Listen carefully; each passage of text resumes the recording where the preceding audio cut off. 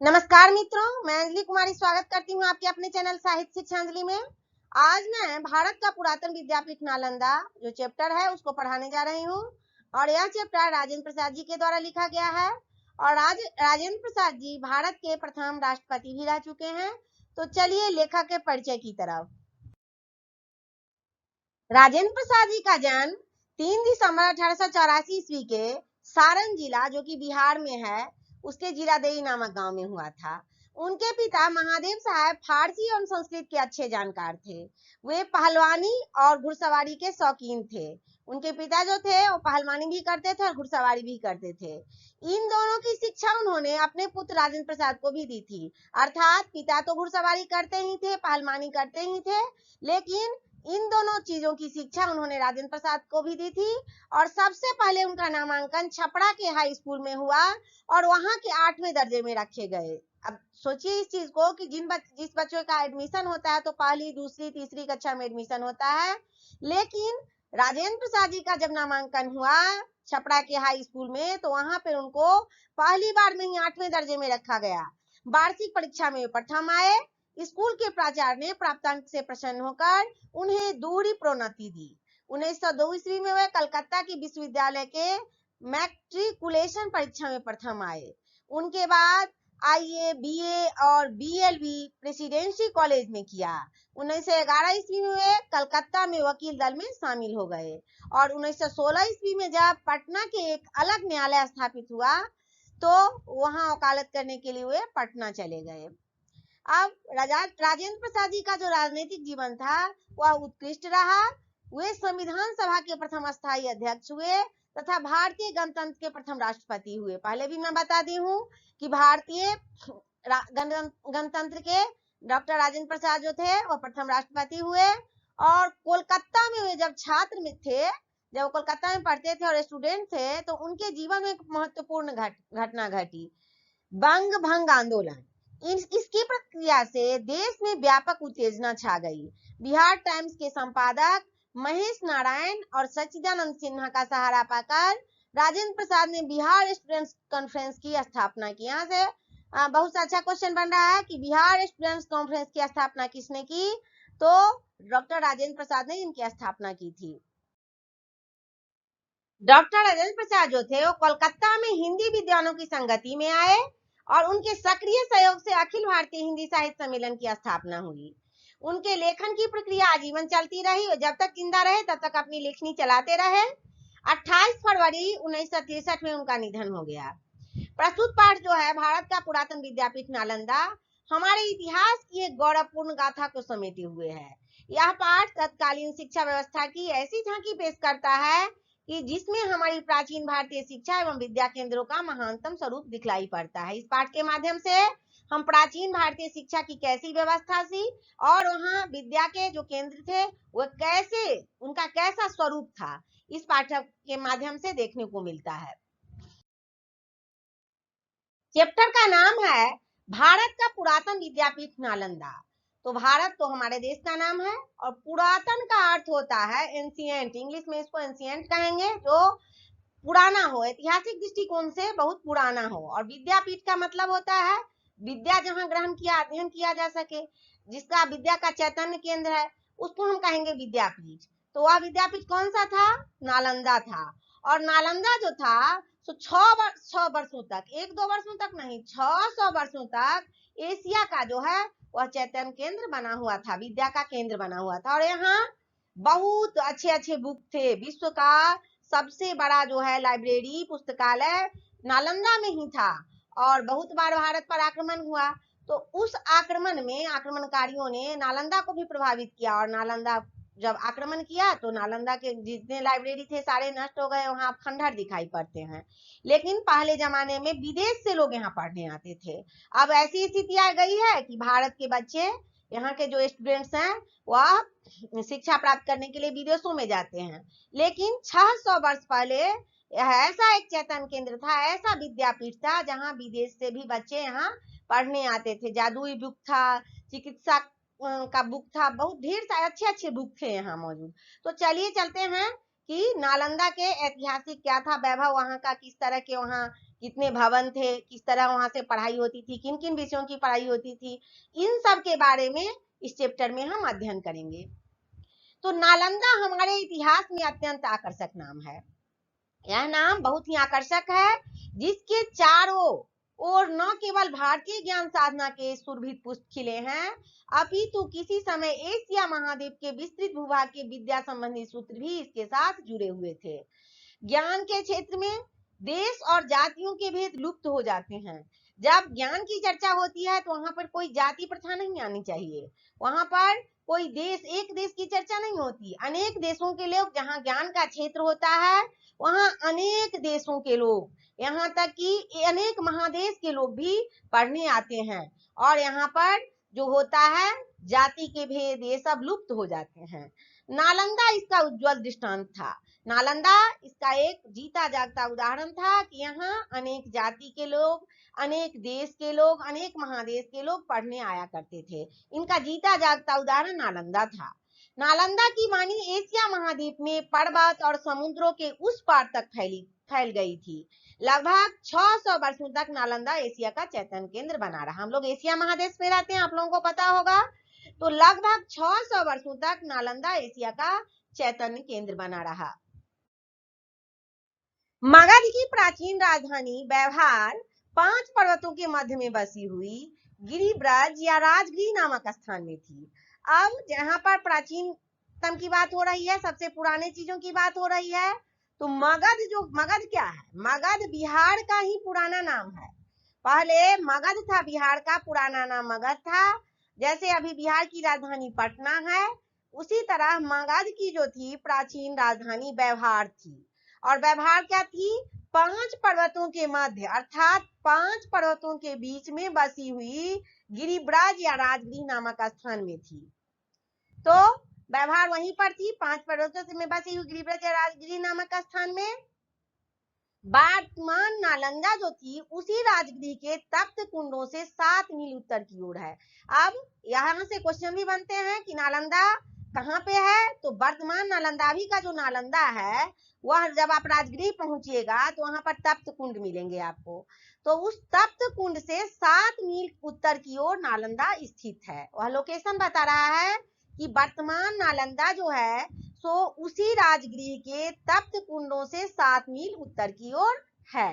नालंदा का प्राचीन इतिहास भगवान बुद्ध और भगवान महावीर के समय तक रहा है। बहुत पुराना है इसका इतिहास।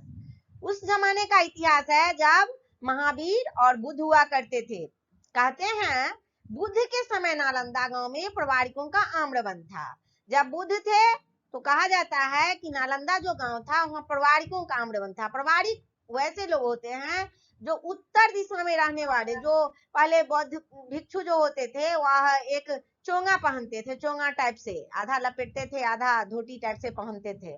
तो वहां जो है सो वह प्रवारिक का जो वस्त्र सिलते थे उसको प्रवारिक कहा जाता है। उत्तर दिशा में जो लोग रहने वाले थे उनका चोंगा जो सिलने वाले लोग थे उनको प्रवारिक कहा जाता है। तो बुद्ध के समय नालंदा गांव में प्रवारिकों का आम्रवन था।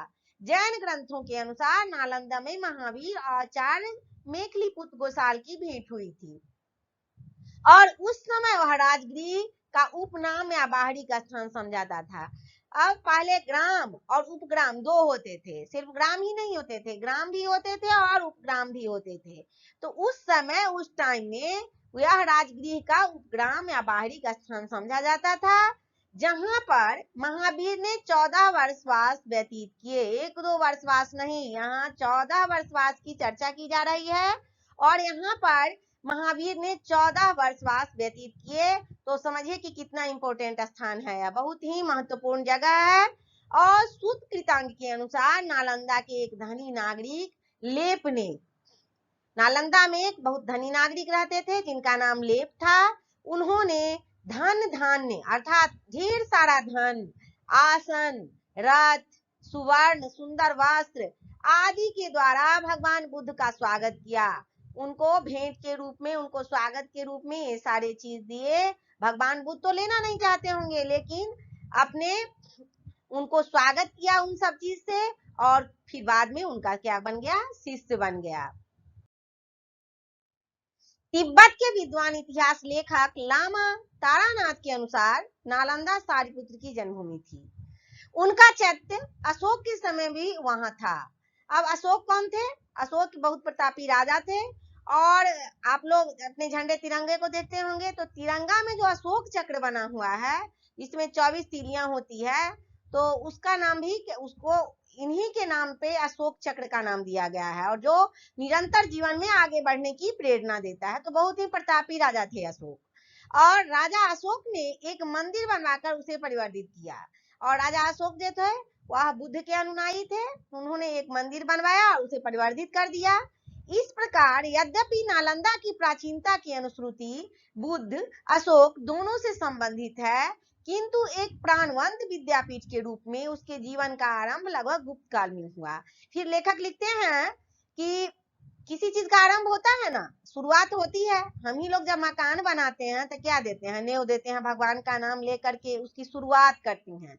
तो दिन होता है, डेट होता है, समय होता है, शास्त्र के अनुसार अच्छे मुहूर्त में किसी चीज की शुरुआत की जाती है, क्योंकि अच्छा से सब कुछ हो जाए। तो नालंदा जब विद्यापीठ बना तो उसका लगभग अनुमान लगाया जाता है कि उसके जीवन का आरंभ, उसके बनने का आरंभ, जो शुरुआत जो हुआ वह गुप्त काल में हुआ। इतिहास की बात है, इतिहास में गुप्त काल, मौर्य काल आप लोग पढ़े ही होंगे। तो गुप्त काल में इसका आरंभ शुरू हुआ था। तारानाथ ने तो मिश्रु भिक्षु नागार्जुन और आर्यदेव इन दोनों का संबंध नालंदा से लगाया है। तारानाथ कहते हैं कि नागार्जुन जो भिक्षु थे और आर्यदेव, ये दोनों भी नालंदा से थे, ये दोनों का संबंध नालंदा से था। और यहाँ तक लिखा है कि आचार्य दिंगनाग ने नालंदा में आकर अनेक प्रतिपक्षियों के साथ, अब देखिए एक बहुत बड़े आचार्य हैं दिंगनाग, जो नालंदा में आए और अनेक प्रतिपक्षियों के साथ शास्त्रों का विचार किया। वो बहुत बड़े शास्त्र के ज्ञाता थे, और अपने जैसे जैसे जिस सब्जेक्ट में हम पढ़ा रहे हैं उसी सब्जेक्ट में कोई और पढ़ाए तो मेरे प्रतिपक्षी हो गए। ऐसा मान लीजिए आप जिस कक्षा में पढ़ रहे हैं, आपको जिस कक्षा का नॉलेज होना चाहिए, तो आपके जो साथ बच्चे पढ़ते हैं वो आपके प्रतिपक्षी बन करके उन विषयों पर चर्चा करें। तो इसी तरह आचार्य दिंगनाग जो थे वो नालंदा में आए और अनेक, एक नहीं अनेक प्रतिपक्षियों के साथ शास्त्रों का विचार किया, जिनमें सुदुर्जय नाम के एक ब्राह्मण विद्वान अग्रणी थे। एक विद्वान थे जिनका नाम सुदुर्जय था, वो सबसे आगे थे, वो बहुत अच्छे शास्त्रों का ज्ञाता थे, ऐसा कहा जा रहा है। चौथी सदी में चीनी यात्री फाहियान नालंदा में आए थे। मैंने पहले ही बता दिया है कि यहाँ देश से ही नहीं विदेश से भी बच्चे यहाँ पढ़ने के लिए आते थे, और चीन से आए थे। चौथी सदी में चीनी यात्री फाहियान नालंदा में आए थे। उन्होंने सारिपुत्र के जन्म और परिनिर्वाण स्थान पर निर्मित स्तूप के दर्शन किए। वहां पे सारिपुत्र के जन्म का पहले ही पढ़ा दिया है कि नालंदा को सारिपुत्र की जन्मभूमि कहा जाता है। तो जब चीनी यात्री फाहियान यहाँ आए तो सबसे पहले सारिपुत्र का जहाँ जन्म हुआ था और परिनिर्वाण दोनों हुआ था, उस स्थान के में जो स्तूप बनाया हुआ है उसका दर्शन किए। किंतु नालंदा का विशेष अभ्युदय इसके कुछ समय बाद हुआ, तब नालंदा का अभ्युदय नहीं हुआ था, और उसके बाद नालंदा का अभ्युदय हुआ। गुप्त काल में उसका क्या हुआ, आरंभ हुआ। 7वीं सदी में सम्राट हर्षवर्धन के समय जब युवान चांग इस देश में आए, चौथी सदी की बात कही जा रही है, अब चले जाइए 5वीं 6ठी 2 सदी बीत गई, अब 7वीं सदी की चर्चा कर रहे हैं लेखक राजेंद्र प्रसाद। तो 7वीं सदी में सम्राट हर्षवर्धन के समय जब युवान चांग इस देश में आए तो नालंदा अपनी उन्नति के शिखर पर था। 7वीं सदी 2 सदी बीत गई, तब जाकर के नालंदा की उन्नति नजर आई। युवान चांग ने एक जातक की कहानी का हवाला देते हुए लिखा है कि, अब युवान चांग लिख रहे हैं, कहते हैं कि नालंदा यह नाम इसलिए पड़ा था कि यहाँ अपने पूर्व जन्म में उत्पन्न भगवान बुद्ध को तृप्ति नहीं होती थी। नालंदा सच तो यह है कि ज्ञान के क्षेत्र में जो दान दिया जाता है, बड़ा अच्छी बात यहाँ पे लिखे हैं लेखक ने कि ज्ञान के क्षेत्र में जो दान दिया जाता है वह सीमा रहित और अनंत होता है। इसका कोई सीमा नहीं, इसका कोई अनंत नहीं, इसका कोई अंत ही नहीं, अनंत होता है, इसका कोई सीमा नहीं होता है। और न उसके बांटने वाले को तृप्ति होती है, अर्थात जो बांटते हैं उसको भी तृप्ति नहीं होती है, और न उसे लेने वालों की तृप्ति होती है। जितना बांटते जाओ उतना बढ़ते जाएगा। तो ऐसा लिखा जा रहा है यहाँ। नालंदा विश्वविद्यालय का जन्म जनता के उदारदान से हुआ। यहाँ से बहुत अच्छा क्वेश्चन बन रहा है कि नालंदा विश्वविद्यालय का जन्म कैसे हुआ, राजाओं के दान से। मैंने इसका ऑब्जेक्टिव भी करवा रखा है, तो नहीं, नालंदा विश्वविद्यालय का जो जन्म हुआ वह जनता के उदारदान से हुआ। इतना बड़ा विश्वविद्यालय जनता के उदारदान से बना। जनता क्या नहीं कर सकता है। कहा जाता है कि इसका आरंभ 500 व्यापारियों के दान से हुआ था, जिन्होंने अपने धन से भूमि खरीदकर बुद्ध को दान में दे दी थी। और युवान चांग के समय नालंदा विश्वविद्यालय का रूप धारण कर चुका था। युवान चांग के समय यह जो था, इसका उन्नति हो रहा था। यहाँ उस समय 6 बड़े विहार थे। वहां का वैभव का वर्णन किया जा रहा है कि वहां क्या क्या थे। उस समय यहाँ 6 बड़े विहार थे। 8वीं सदी में यशोवर्मन के शिलालेख में, पहले शिलालेख लिखा जाता था, शिला पर, पत्थर पर लिखावट होती थी, खोद खोद के खुदाई करके।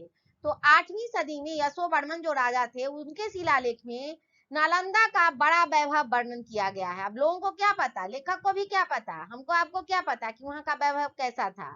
लेकिन जब 8वीं सदी के यशोवर्मन के शिलालेख में नालंदा का भव्य वर्णन मिला, तो वहां के बिहारों की जो पंक्तियों के ऊंचे ऊंचे शिखर आकाश में मेघों को छूते थे। वहां जो लिखा गया था कि वहां जो बिहार थे, वहां ऊंचे ऊंचे शिखर जो थे वो आकाश में मेघों को छूते हुए नजर आते थे। इतना अच्छा वहां पर बिहार था। उनके चारों ओर नीले जल से घिरे हुए सरोवर थे, जिनमें सुनहरे और लाल कमल तैरते थे। बताइए कितना सुंदर लगता होगा कि सरोवर में सुनहरे और लाल कमल तैरते रहते थे। बीच बीच में सघन आम कुंजों की छाया थी। आम्रकुंज आमों का पौधा था और सघन था। यहाँ के भवनों के शिल्प और स्थापत्य को देखकर आश्चर्य होता था। नालंदा में जो भवन बने हुए थे, उनमें शिल्प कला इतनी अच्छी थी, उनको देख करके आश्चर्य होता था कि कारीगर ने कैसे बनाया होगा। उनमें अनेक प्रकार के अलंकरण और सुंदर मूर्तियां भी थी। यूं तो भारतवर्ष में अनेक संघाराम हैं, किंतु नालंदा उन सब में अद्वितीय है। अद्वितीय जिसका कोई जोड़ा नहीं हो, जिसका दूसरा कोई जोड़ा ही नहीं हो। तो अनेक भारतवर्ष में अनेक संघाराम है, लेकिन नालंदा उसमें अद्वितीय है। चीनी यात्री इतिशांग के समय इस बिहार में 300 बड़े कमरे और 8 मंडप थे। और पुरातत्व विभाग की खुदाई में नालंदा विश्वविद्यालय में जो अवशेष प्राप्त हुए हैं, उनसे इन वर्णनों की सच्चाई प्रकट होती है। जब खुदाई की जाती है, पुरातत्ववेत्ता जब खुदाई करते हैं, तो जो खंडहर टूट फूट जाते हैं, तो उनके अवशेष प्राप्त होते हैं पुरातत्ववेत्ता को। तो पुरातत्व विभाग जब खुदाई किए, तो नालंदा विश्वविद्यालय के जो अवशेष यहाँ पर प्राप्त हुए, उनमें इन वर्णनों की सच्चाई प्रकट होती है कि वहां क्या क्या था। क्या था? सरोवर थे, चारों नीले जल से भरे हुए सरोवर थे, जिनमें सुनहरे लाल कमल तैरते थे। तो इन सारी चीजों का पता पुरातत्व विभाग की खुदाई में नालंदा में मिली है। आर्थिक दृष्टि से नालंदा विश्वविद्यालय के आचार्य और विद्यार्थी निश्चित बना दिए गए थे। भूमि और भवनों के दान के अतिरिक्त नित्य प्रति के व्यय के लिए 100 गांवों की आय अक्षय निधि के रूप में समर्पित की गई थी। इत सिंह के समय में यह संख्या बढ़कर 200 गांवों तक पहुंच गई थी। उत्तर प्रदेश, बिहार और बंगाल, इन तीनों राज्यों ने नालंदा के निर्माण और अर्थव्यवस्था में पर्याप्त भाग लिया। अब देखिए, 3 राज्य, उत्तर प्रदेश, बिहार और बंगाल, ये तीनों राज्य जो थे, नालंदा विश्वविद्यालय जब बन रहा था, तो उसकी अर्थव्यवस्था, उसमें जो धन खर्च हो रहा था, तो उसमें इन तीनों राज्यों का सहयोग मिल रहा था। बंगाल के महाराज धर्मपाल देव और देवपाल देव के समय के ताम्रपत्र और मूर्तियां नालंदा के खुदाई में प्राप्त हुई। जब ऐसा कैसे कहा जा सकता है कि कौन कौन से राज्य अर्थव्यवस्था में पर्याप्त भाग दे रहा था? तो जब खुदाई हुई, पुरातत्ववेत्ता जब खुदाई किए, तो वहां के अवशेष में बंगाल के महाराज, उस समय बंगाल के महाराज थे धर्मपाल देव और देवपाल देव। तो जब वो सहयोग कर रहे थे, तो वहां ताम्रपत्र पर और मूर्तियां उनकी जो है सो नालंदा के खुदाई में प्राप्त हुई है। अब आप कहीं ना कहीं टीवी सीरियल, कहीं ना कहीं आप देखे होंगे कि ताम्रपत्र कैसा होता है। तांबे पर सुनहरे अक्षरों में वहां के जो राजा थे, बंगाल के राजा, वो लिख के दिए होंगे कि यहाँ हम इतना सहयोग राशि, या जो पत्र लिख करके दिए होंगे ताम्रपत्र पर, कि इस तरह से कि हम यहाँ नालंदा विश्वविद्यालय के निर्माण में इतना सहयोग राशि है, आपके साथ हैं, ऐसा लिख के जरूर दिए होंगे, उसी को ताम्रपत्र कहा जाता है। और आगे कहते हैं कि विदेशों के साथ नालंदा विश्वविद्यालय का जो संबंध था, अब देशों के साथ नहीं, हमारे देश के साथ ही नहीं, बंगाल के साथ, बिहार के साथ ही नहीं, विदेशों के साथ नालंदा विश्वविद्यालय का भी संबंध था। उसका स्मारक एक ताम्रपत्र नालंदा की खुदाई में मिला है। अब अवशेष में पुरातत्ववेत्ता जब खुदाई किए तो ऐसा स्मारक एक और ताम्रपत्र नालंदा की खुदाई में मिला है कि उसका संबंध नालंदा विश्वविद्यालय का संबंध विदेशों से भी था। इससे यह ज्ञात होता है अर्थात इसे जानकारी मिलती है कि सुवर्णद्वीप सुमात्रा के नाम शासक शैलेंद्र सम्राट श्री बलपुत्र देव ने मगध के सम्राट देवपाल देव के पास अपना दूत भेजकर यह प्रार्थना की कि उनकी ओर से 5 गांवों का दान नालंदा विश्वविद्यालय को दिया जाए। अब देखिए, पहले भी मैं बता चुकी हूँ कि पहले के समय में राजदूत होते थे जो ताम्रपत्र पर लिखे सुनहरे अक्षरों में लेकर के जाते थे। तो उसमें सुवर्णद्वीप जो सुमात्रा के शासक शैलेंद्र सम्राट श्री बालपुत्र देव ने मगध के सम्राट देवपाल देव के पास अपना दूत भेजा और दूत भेज करके वह ताम्रपत्र में लिखवा करके भेजी, प्रार्थना की कि उनकी ओर से भी 5 गांवों का दान नालंदा विश्वविद्यालय को दिया जाए। ताम्रपत्र के अनुसार नालंदा के गुणों से आकृष्ट होकर यवद्वीप के सम्राट वालपुत्र ने भगवान बुद्ध के प्रति भक्ति प्रदर्शित करते हुए नालंदा में एक बड़े विहार का निर्माण कराया। अब देखिए, विहार का निर्माण किसने करवाया था? ताम्रपत्र पर लिखा हुआ है कि नालंदा के गुणों से आकृष्ट होकर, वहां इतने सारे गुण थे कि उससे प्रभावित होकर यवद्वीप के सम्राट वालपुत्र ने भगवान बुद्ध के प्रति भक्ति प्रदर्शित करते हुए उन्होंने भगवान बुद्ध को भेंट किया अपनी भक्ति के रूप में और एक विहार का निर्माण करवा दिया। उन 5 नव गांवों की आप प्रज्ञा, परिमिता आदि का पूजन, चतुर्दश अर्थात अंतरराष्ट्रीय आर्य भिक्षु संघ के चौवर, भोजन, चिकित्सा, शासन आदि का व्यय, धार्मिक ग्रंथों की प्रतिलिपि एवं बिहार की टूट फूट की मरम्मत आदि के लिए खर्च की जाती थी। वो जो 5 गांव के आय को दिए, वो क्या होता था, वह पैसा कहाँ जाता था? तो जब बिहार का टूट फूट होता था तो उसके मरम्मत में इन पैसों का खर्च होता था, भोजन में खर्च होता था, चिकित्सा में खर्च होता, भिक्षु संघ जो थे, भिक्षु संघ वहां रहते थे तो उनके भोजन में खर्च होता था, चिकित्सा में खर्च होता था, इस समय पैसा व्यय हो जाता था। यह तो संयोग से बचा हुआ एक उदाहरण है जो विदेशों से फैली हुई नालंदा की अमिट छाप हमारे सामने रखता है। लेखक कह रहे हैं कि यह संयोग की बात है कि एक उदाहरण ताम्रपत्र पर मिल गया जो विदेशों से फैली हुई नालंदा की अमिट छाप पर हमारे सामने रखता है, जो हमारे सामने रखता है कि यहाँ विदेशी भी हमको सपोर्ट किया है या पढ़ने आए या इससे प्रभावित हुए। लेकिन नालंदा महाविहारीय आर्य भिक्षु संघ की धाक संपन्न एशिया भूखंड में थी। इस संघ की बहुत सी मिट्टी की मुद्राएं नालंदा से प्राप्त हुई हैं।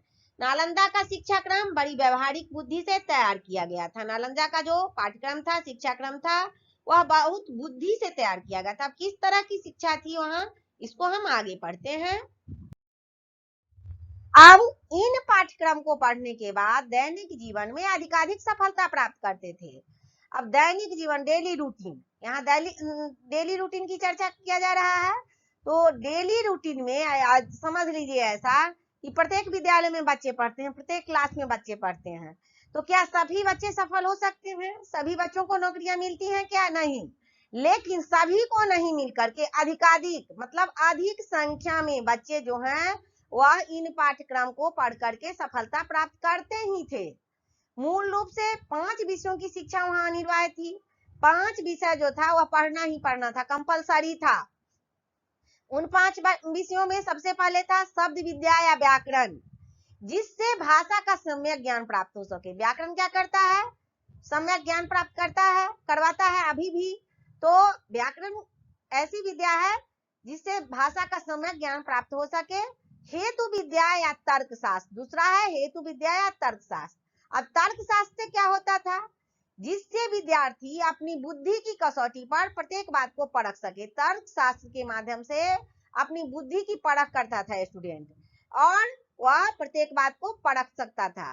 चिकित्सा विद्या, जिसे सीखकर छात्र स्वयं स्वस्थ रह सके, अब अभी भी मेडिकल की पढ़ाई होती है ना, तो उस समय भी चिकित्सा विद्या की पढ़ाई होती थी, और जिसे सीखकर उसको पढ़ करके छात्र स्वयं स्वस्थ रह सकता था और दूसरों को भी निरोग बना सके। और फिर आगे है शिल्प विद्या। शिल्प विद्या क्या है? शिल्प विद्या एक न एक शिल्प को सीखना हुआ अनिवार्य था, और शिल्प विद्या के माध्यम से छात्रों में व्यवहारिक और आर्थिक जीवन की स्वतंत्रता आ सके। इसीलिए शिल्प विद्या सिखाया जाता था कि अगर ये 4 विषय बच्चे पढ़े, मान लीजिए 4 विषयों को पढ़ने के बाद उनको नौकरी नहीं मिल सकी, उनकी आर्थिक स्थिति डगमगा रही है, तो एक शिल्प विद्या अगर जो पढ़ लेगा तो उसके कार्य क्षेत्र में सफलता मिल जाएगी, किसी न किसी काम को करेगा। शिल्प विद्या में कढ़ाई हो गया, आपको पत्थर पर कलाकारी सिखाया, पेंटिंग सिखाया। तो इस तरह की विद्या सीखना एकदम अनिवार्य था कि कुछ नहीं हुआ तो उसमें शिल्पकारी आ जाएगी, शिल्प विद्या वह सीख लेगा। तो अनिवार्य कर दिया गया था, कंपलसरी कर दिया गया था कि सारे विषयों के साथ एक शिल्प विद्या सीखना जरूरी ही है, जिसके द्वारा छात्रों में व्यवहारिक ज्ञान भी आ जाता था और उनका आर्थिक जीवन भी अच्छा हो जाता था। इन चारों के अतिरिक्त अपनी रुचि के अनुसार, 4 तो हो गया, अब एक बच गया, तो इन चारों के सिवा अपनी रुचि के अनुसार लोग धर्म और दर्शन के अध्ययन भी करते थे। जो जिस धर्म का था उस धर्म का दर्शन करता था, कोई यहाँ पर वैधता नहीं थी, लोग अपने धर्म और दर्शन के भी अध्ययन करते थे। आचार्य शीलभद्र योग शास्त्र के इस समय में सबसे बड़े विद्वान माने जाते थे। वहां योगा पढ़ाया जाता था, तो वहां के सबसे बड़े विद्वान में किनका नाम था? आचार्य शीलभद्र का नाम था। उनसे पहले धर्मपाल इस संस्था के प्रसिद्ध कुलपति थे। शीलभद्र, ज्ञानचंद, प्रभामित्र, स्थिरमती, गुणमती आदि अन्य आचार्य युवान चांग के समकालीन थे। जब युवान चांग आए थे तो ये सब वहां पर मौजूद थे। जिस समय युवान चांग अपने देश चीन लौट गए, उस समय भी अपने भारतीय मित्रों के साथ उनका वैसा ही घनिष्ठ संबंध बना रहा। वो यहाँ से शिक्षा लेकर के फिर चीन लौट गए थे। जब युवान चांग नालंदा से विदा होने लगे, जब वहां से जाने लगे, तब आचार्य शीलभद्र एवं अन्य भिक्षुओं से उनसे यहाँ न रह जाने के लिए अनुरोध किया। उन्होंने यहाँ से उनको कहा कि वो यहाँ रह जाए, लेकिन युवान चांग ने उत्तर में यह वचन कहे। युवान चांग ने कहा, यह देश बुद्ध की जन्मभूमि है, इसके प्रति प्रेम न हो सकना असंभव है। मतलब उन्होंने कहा कि इसके प्रति, यहाँ के प्रति मेरा प्रेम है, लेकिन यहाँ आने का मेरा उद्देश्य यही था कि अपने भाइयों के हित के लिए मैं भगवान के महान धर्म का खोज करूं। मेरा यहाँ आना बहुत ही लाभप्रद हुआ था। उन्होंने कहा युवान चांग ने कि मैं जो यहाँ आया इससे मुझे बहुत लाभ हुआ। अब यहाँ से वापस जाकर मेरी इच्छा है कि मैंने जो पढ़ा है, सुना है, उसे दूसरों के हितार्थ बताऊं और अनुवाद कर सुनाऊं, जिससे के फलस्वरूप अन्य मनुष्य भी अपने प्रति उसी प्रकार कृतज्ञ हों जिस प्रकार मैं हुआ हूँ। वो युवान चांग कहना चाह रहे हैं कि मैंने जो सीखा, मैंने जो सुना, उसको दूसरों तक बताऊं यहाँ से जाकर के। इस उत्तर में शीलभद्र को बड़ी प्रसन्नता हुई। शीलभद्र बहुत ही ज्ञानी थे, उन्होंने बहुत प्रसन्न हो गए उनका ये उत्तर सुन करके, और उन्होंने कहा यह उदात्त विचार तो बोधिसत्वों जैसे हैं। वो बोधिसत्व तो थे ही, तो उन्होंने कहा कि यह आपका जो विचार है, यह जो आपका विचार है बोधिसत्व के जैसे है, और मेरा हृदय भी तुम्हारी क्या है, सदाशाओं का समर्थन करता है। उन्होंने कहा कि मेरा हृदय भी आपके साथ है, मैं भी आपका समर्थन करता हूँ। नालंदा के विद्वानों ने विदेशों में जाकर ज्ञान का प्रसार किया। पहले तो तिब्बत के प्रसिद्ध सम्राट सिंह छनगप्पो जो 630 ईस्वी ने अपने देश में भारतीय लिपि और ज्ञान का प्रचार करने के लिए अपने यहाँ के विद्वान थोमस्यो संभोट को नालंदा भेजा, जिसने आचार्य देववीर सिंह के चरणों में बैठकर बौद्ध और ब्राह्मण साहित्यों की शिक्षा प्राप्त की। इसके बाद 8वीं सदी में नालंदा के कुलपति आचार्य शांति रक्षित तिब्बती सम्राट के आमंत्रण पर उस देश में गए। वहां पर तिब्बती सम्राट जो थे उनको बुलावा भेजा और उस देश में गए। नालंदा के तंत्र विद्या के प्रमुख आचार्य कमलशील भी तिब्बत गए, वहां तंत्र विद्या भी पढ़ाया जाता था, तो वहां तंत्र विद्या के जो प्रमुख आचार्य थे कमलशील, वो भी तिब्बत गए। नालंदा के विद्वानों ने तिब्बती भाषा सीखकर बौद्ध ग्रंथों, संस्कृत साहित्य और तिब्बती का अनुवाद किया। इस प्रकार उन्होंने तिब्बत देश को एक साहित्य प्रदान किया और फिर सनय धीरे धीरे वहां के निवासियों को बौद्ध धर्म में दीक्षित दिया। और नालंदा के आचार्य शांति रक्षित ने ही सबसे पहले 749 ईस्वी में तिब्बत में बौद्ध विहार की स्थापना की। यहाँ से बहुत ही अच्छा सा क्वेश्चन बन रहा है कि बौद्ध विहार की स्थापना कब की गई? तो बौद्ध विहार की स्थापना 749 ईस्वी में आचार्य शांत दीक्षित ने ही किया था। और इन विद्वानों में आचार्य पद्म संभव 749 ईस्वी और दीप शंकर श्री ज्ञान 980 ईस्वी में इसका नाम जो है वह उल्लेखनीय है। साहित्य और धर्म के अतिरिक्त नालंदा कला का भी एक प्रसिद्ध केंद्र था, जिसने अपना प्रभाव नेपाल, तिब्बत, हिंद एशिया एवं मध्य एशिया की कला पर डाला। अब मैं बता ही चुकी हूँ कि यहाँ साहित्य और धर्म की पढ़ाई होती थी, लेकिन इसके अलावा यहाँ कला का एक प्रसिद्ध केंद्र था, जिससे अपना प्रभाव नेपाल, तिब्बत, हिंद एशिया और मध्य एशिया पर भी डाला। नालंदा का कांस्य मूर्तियां अत्यंत सुंदर और प्रभावोत्पादक हैं। यहाँ जो कांस्य की मूर्तियां प्राप्त हुई है वह अत्यंत सुंदर है और प्रभावोत्पादक है, बहुत सुंदर है यह मूर्तियां। विद्वानों का अनुमान है कि कुड़कीहार से प्राप्त हुई बौद्ध मूर्तियां नालंदा शैली से प्रभावित है। विद्वान कहते हैं कि कुड़कीहार से जो मूर्तियां, कांस्य की मूर्तियां प्राप्त हुई हैं वह नालंदा शैली से प्रभावित है। कैसे? कि वहां जो मूर्तियां प्राप्त हुई हैं, जो शिल्पकार उस मूर्ति को बनाया हुआ होगा वह जरूर नालंदा से ही पढ़ा हुआ होगा शिल्पकला। तो जिस तरह की पढ़ाई, शिल्पकला की पढ़ाई नालंदा में होती थी और वहां के शिल्पकार जैसे मूर्ति का निर्माण करते थे, उसी तरह की मूर्ति का निर्माण, उसी तरह का मूर्ति जो है वह कुड़कीहार एक स्थान है वहां से प्राप्त हुई, जो बौद्ध मूर्तियां नालंदा से प्रभावित हुई जानी जाती हैं। वस्तुतः नालंदा का सर्वांगीण उन्नति उस समन्वित साधना का फल है जो शिल्प विद्या, शब्द विद्या और धर्म और दर्शन के एक साथ पाठ्यक्रम में सम्मिलित करने से संभव हुई है। अब यहाँ लेखक कह रहे हैं कि नालंदा का सर्वांगीण उन्नति, किसी का सभी चारों ओर से, सभी तरह से उन्नति कैसे संभव हो सकता है? तो वहां उसका जो चारों तरफ से जो उन्नति हुई वह इस तरह से हुई, उसके साधना का फल यही है कि वहां शिल्प विद्या, शब्द विद्या, धर्म, दर्शन और वहां का जो पाठ्यक्रम था ना वो बहुत ही अच्छा था। ये सारे पाठ्यक्रम में सम्मिलित करने से हुई है। और हमारी अभिलाषा होनी चाहिए, लेखक कह रहे हैं कि हमारी अभिलाषा है, लेखक ही नहीं हम सबकी अभिलाषा है, आप लोगों की अभिलाषा होनी चाहिए कि भूतकाल के इस प्रबंध से शिक्षा लें, इससे कुछ सीखें कि भूतकाल में हमारे यहाँ कैसा उपाय था, कैसी शिक्षा प्रणाली थी, कैसा पाठ्यक्रम था। उससे लेखक कह रहे हैं कि भूतकाल के इस समय से हम प्रबंध से हम लोग शिक्षा लें और कला, शिल्प, साहित्य, धर्म, दर्शन और ज्ञान का एक बड़ा केंद्र नालंदा में पुनः स्थापित करें। लेखक का कहना है कि इसी तरह का केंद्र जहाँ पर अच्छे पाठ्यक्रम हो और ऐसा केंद्र हम लोग फिर से नालंदा में स्थापित करें, ऐसा लेखक का क्या है, अभिलाषा है।